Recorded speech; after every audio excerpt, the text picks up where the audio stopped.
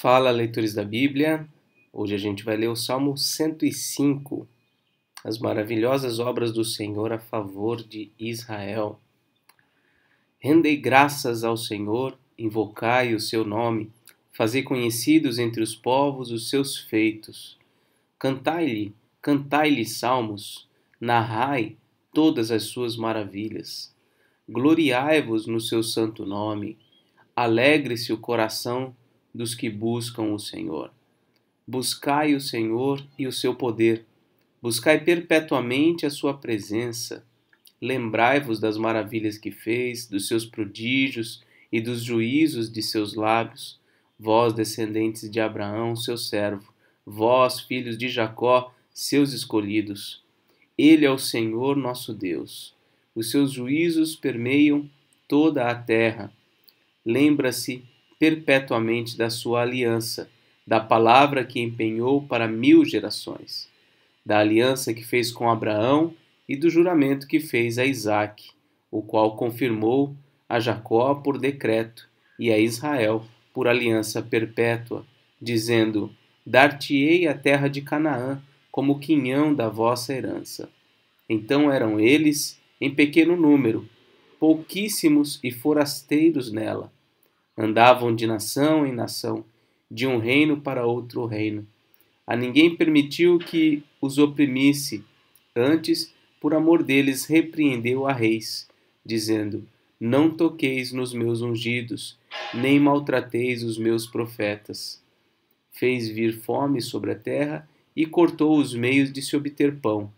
Adiante deles enviou um homem, José, vendido como escravo, cujos pés apertaram com grilhões e a quem puseram em ferros, até cumprir-se a profecia a respeito dele e tê-lo provado a palavra do Senhor. O rei mandou soltá-lo e, potentado dos povos, o pôs em liberdade. Constituiu-o senhor de sua casa e mordomo de tudo o que possuía, para o seu levante, para seu talante sujeitar os seus príncipes e aos seus anciãos ensinar a sabedoria. Então Israel entrou no Egito e Jacó peregrinou na terra de Cã. Deus fez sobremodo fecundo o seu povo e o tornou mais forte do que os seus opressores. Mudou-lhes o coração para que odiassem o seu povo e usassem de astúcia para com os seus servos. E lhes enviou Moisés, o seu servo, e Arão, a quem escolhera, por meio dos quais fez entre eles os seus sinais e maravilhas na terra de Cã. Enviou trevas e tudo escureceu. E Moisés e Arão não foram rebeldes à sua palavra. Transformou-lhes as águas em sangue, e assim lhes fez morrer os peixes. Sua terra produziu rãs em abundância, até nos aposentos dos reis. Ele falou, e vieram nuvens de moscas e piolhos em todo o seu país. Por chuva deu-lhes saraiva e fogo chamejante na sua terra. Devastou-lhes os vinhedos e os figueirais, e lhes quebrou as árvores dos seus limites. Ele falou, e vieram gafanhotos e saltões sem conta, os quais devoraram toda a erva do país e comeram o fruto dos seus campos. Também feriu de morte a todos os primogênitos da sua terra, as primícias do seu vigor. Então fez sair o seu povo com prata e ouro, e entre as suas tribos não havia um só inválido. Alegrou-se o Egito quando eles saíram, porquanto lhes tinham infundido terror. Ele estendeu uma nuvem que lhes servisse de todo e um fogo para os alumiar de noite. Pediram e ele fez vir codornizes e os saciou com pão do céu.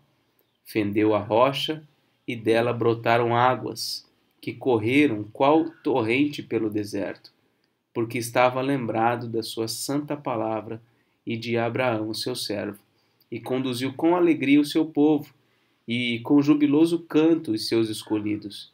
Deu-lhes as terras das nações e eles se apossaram do trabalho dos povos, para que lhes guardassem os preceitos e que lhe observassem as leis. Aleluia. Aleluia. Bom, esse é o Salmo, então, 105, um salmo razoavelmente longo, né, que narra um pouquinho aí da história de Israel, as maravilhosas obras do Senhor na vida do povo de Israel.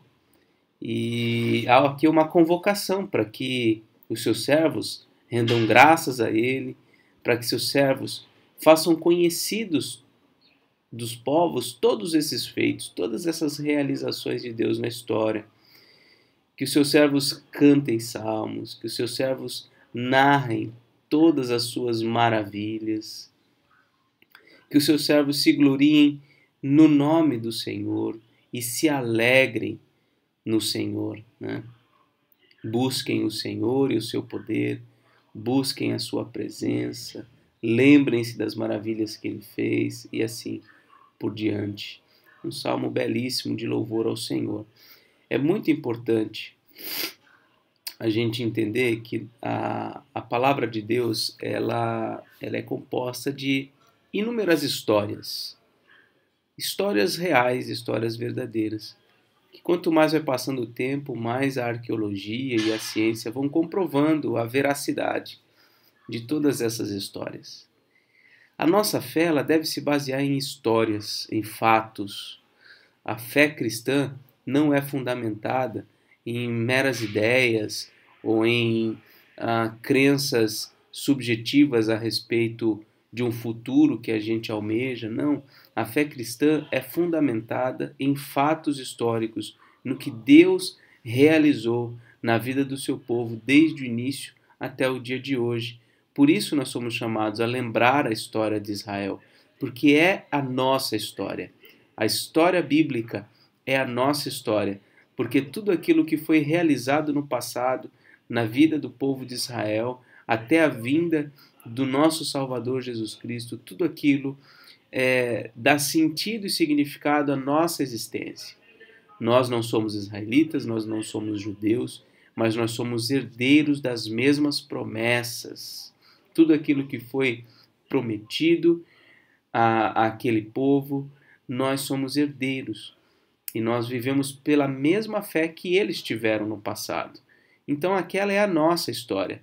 O que Deus realizou na vida do povo de Israel, levando José para o Egito, trazendo eles do Egito para Canaã, enfim, todo esse percurso, toda essa história, tudo aquilo ali tinha o propósito de trazer salvação para nós, para a minha vida, para a sua vida.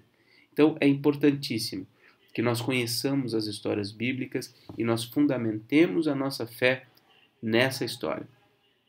Nós temos tido, por esses meses, até o final do ano, curso de panorama bíblico na congregação, na Igreja Presbiteriana Oceã.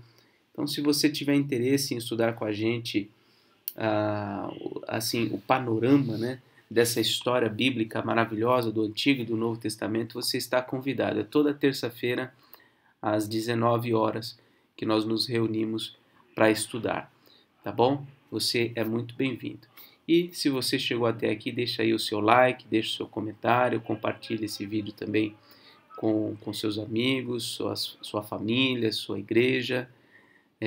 Veja aí se você está inscrito no canal, tá bom?